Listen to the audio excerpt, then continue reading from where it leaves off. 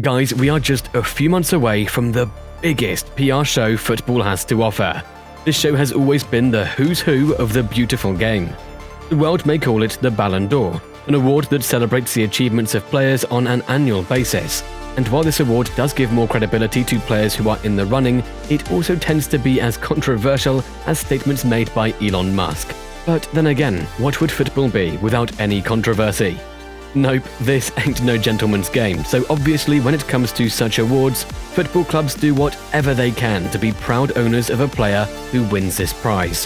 For as long as we can remember, this award was hotly contested between Cristiano Ronaldo and Lionel Messi.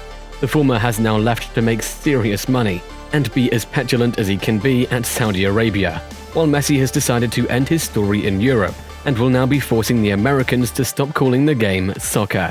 Hopefully, the universal terminology of this amazing game catches on in North America, where they've got everything wrong. The metric system and shapes as well. I mean, for God's sake, guys, how can you call an egg-shaped ball a football? Anyway, we'll stop our rambling and get to the point. This time around, the Ballon d'Or will be contested between two guys who were absolutely phenomenal, Lionel Messi and Erling Haaland. Both men were on song during the 2022-23 campaign, and this is where it gets interesting. Normally, the Ballon d'Or award takes into account a player's achievements during an entire season, and not just a year as it was in the past. And then, only the top 100 nations in the FIFA rankings are allowed to vote their best player. This means that countries where football hasn't caught on don't get a say.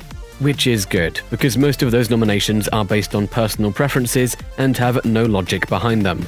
This time around, L'Equipe has said that individual performance will be given a precedence over the collective. To top it all off, football specialists will be part of a panel that will help select the nominees. Alright, so now that you guys have the lowdown, let's start talking about a few players who have a decent chance to at least play catch-up on Messi and Haaland. Because, let's be honest, it would be a travesty if one of these two don't win the award. We'll tell you why in just a bit, but before that, let's discuss the outsiders. Julian Alvarez. Okay, so the young Argentine is unlikely to win the award, but that cannot discount his amazing season for Manchester City. The young forward won the World Cup alongside Messi and was quite an important part of the City squad, which won the European treble. The youngster performed well whenever given the chance, but had to settle for a secondary role behind Haaland. But we do get the feeling that Alvarez is only getting started. Robert Lewandowski. Unfortunately, the chances of Lewandowski ever winning the Ballon d'Or are gone. Football has done a great injustice to him by always ignoring him for the award. The Pole was in great form at Barcelona, and his goals helped them to yet another league title. But would that be enough? Well, in a world where there's no Messi or Haaland, it would have been, but the reality is bitter. Victor Osimhen. It would have required something truly special for Napoli to win their first Scudetto in over 30 years. Last time the Italians did that was when Diego Maradona was in his prime. After 33 years, the Partenope did something special. Galvanized by a young Nigerian striker, they won the Scudetto. Osimhen was at the heart of everything.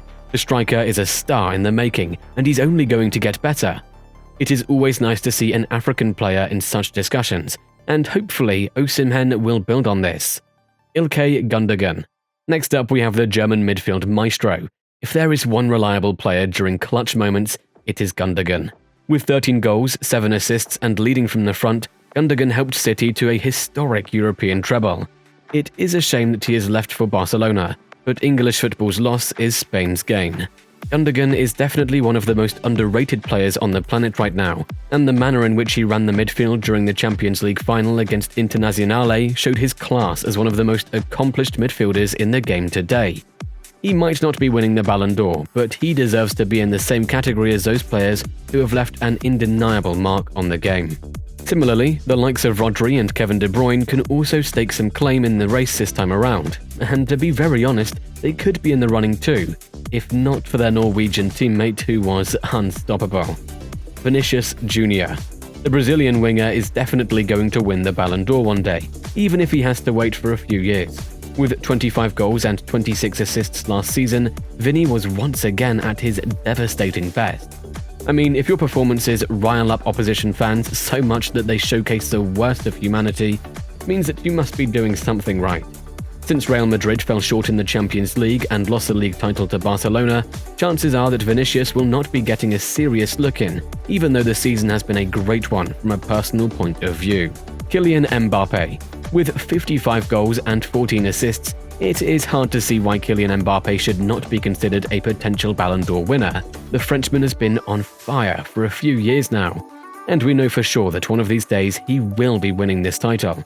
Already an accomplished player, the PSG man is unlikely to win the award this year because of two men who were more successful than him. This is perhaps why Mbappe is considering his options and wants to move to a club where he will be able to continue building on his portfolio. So now we're moving on to the two players who are likely to be fighting it out. Mbappe is definitely getting a podium finish, but our money is on either Messi or Haaland winning the prize. So let's talk about the chances of these two. Erling Haaland joined Manchester City in the summer of 2022, and at the start of his City career, there was a feeling that the young striker will take his time to adjust. Fast forward to the end of the campaign, and the Norwegian cyborg ended up scoring 56 goals, provided 9 assists, won the Champions League, the Premier League, and the FA Cup. Now, this is the sort of return that deserves recognition. Like taxes and death, Haaland winning the Ballon d'Or does seem inevitable. But is it? His achievements should be considered enough for him to win a title that has never been won by a player from Norway. But the problem is that even though he was at the heart of City's treble-winning run, Haaland was unable to showcase his potential for his country at Qatar 2022. And we know someone who managed to do that. Yes, guys, we're talking about a guy some would call the GOAT, and some would call a scam.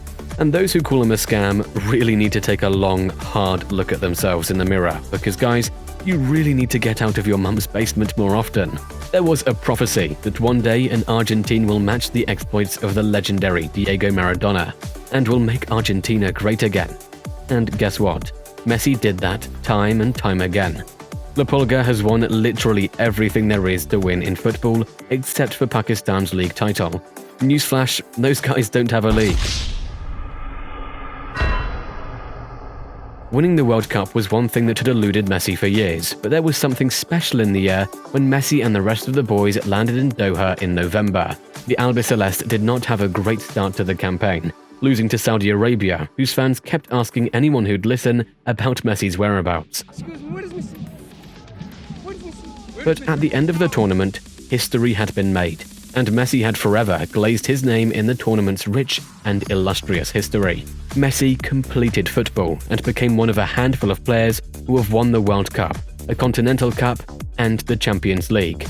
With World Cup success assured and a great performance in the final, Messi has proven that he is one of the greatest of all time, if not the greatest. He might be playing in MLS now, but that should not stop Messi from winning his 8th and probably last Ballon d'Or. And even if he doesn't win it, Messi has nothing left to prove. But our money is definitely on the Argentine legend to win the award and finally walk off into the sunset. What are your thoughts on this, guys? Sound off in the comments and let's have a nice discussion or some banter. Whatever works for you. Till next time.